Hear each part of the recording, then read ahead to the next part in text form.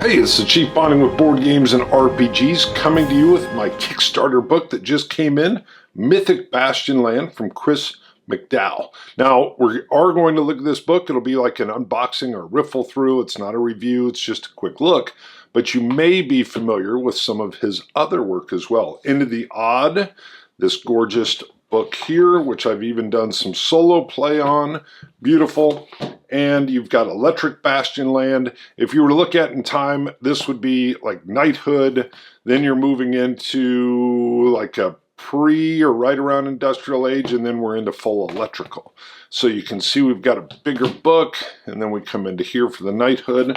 But we're going to take a look at Mythic Bastionland. If I can get this open, on the pages here, you see all of the knights. Alex Sorensen is our illustrator, and he's done all of the art for all the knights and for all of the myths that are on the back here as well.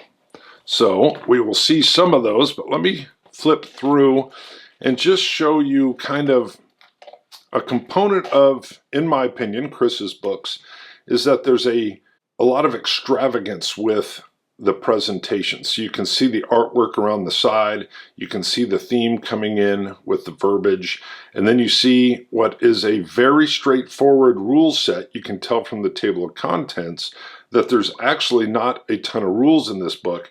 There are a ton of knights and a ton of myths and spark tables that are going to get you playing, and even examples of play in the back. But let me show you rather than tell you. So we move into the beginnings and glory, knighthood itself.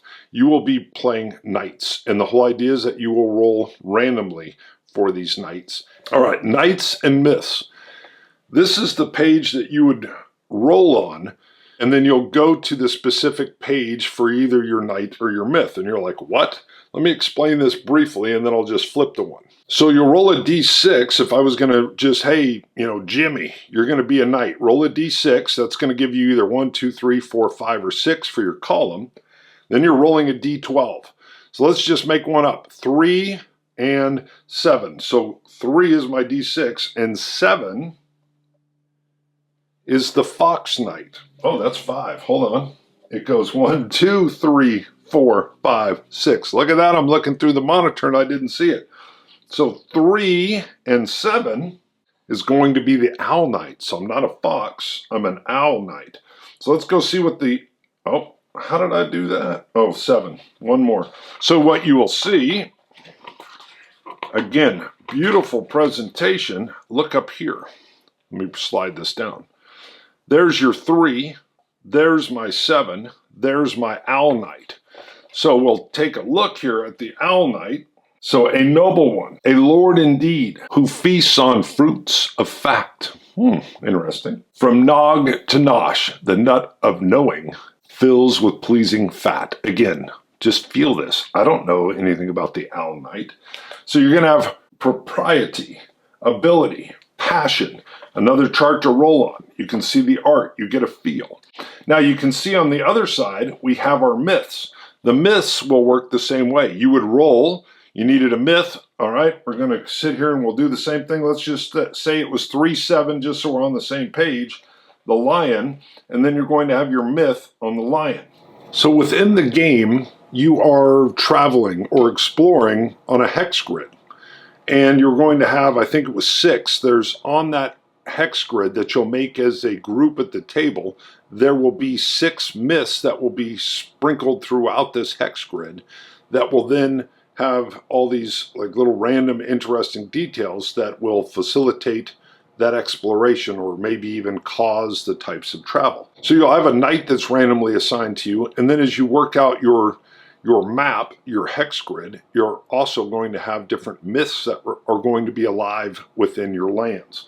And again, you can see this page description is just great. So that would have been a 5 on the D6 and a 1 on your D12, and it's just a way to move through all of this wonderful game information. Again, I'm not going to go through all of them, but you're seeing that art, again, all the way through, evocative,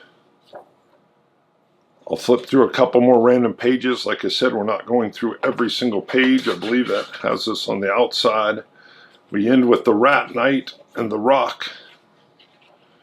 We come to the City Quest, so there's some quests baked in that you could just start off on. Cast of characters. And then this is examples of play, but again, done within the theme. What follows are the records of a single scribe, chronicled accounts with insight into the adjudication that we might shed further light on the laws of this world. So just explanations, walkthroughs of play. Start and scope, character creation. I'm going to flip through, teaching the rules, primacy of action, getting rules wrong, getting stuck, taking action, exploration, danger, combat, gambits, unusual attacks. Again, you're seeing everything planned and everything on a page. Not a lot of flipping around. The upper hand, taking damage. Again, these are all explanations of the rule set.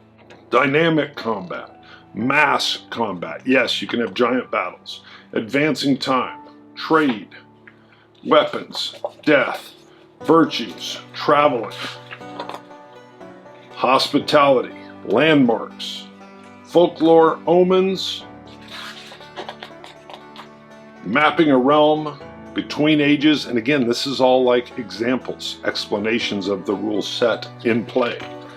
Council and court, crises, delving into tomorrow, an index, and then again, just a little bit more flavor and color. And then here's your, so easy to make copies if you needed it, but more spark pages, and again, the myth art on the back. So the end pages, I love when the end pages are used, and then the back of the book. Flip that over, Mythic Bastionland. And if you like it, Electric Bastionland and Into the Odd.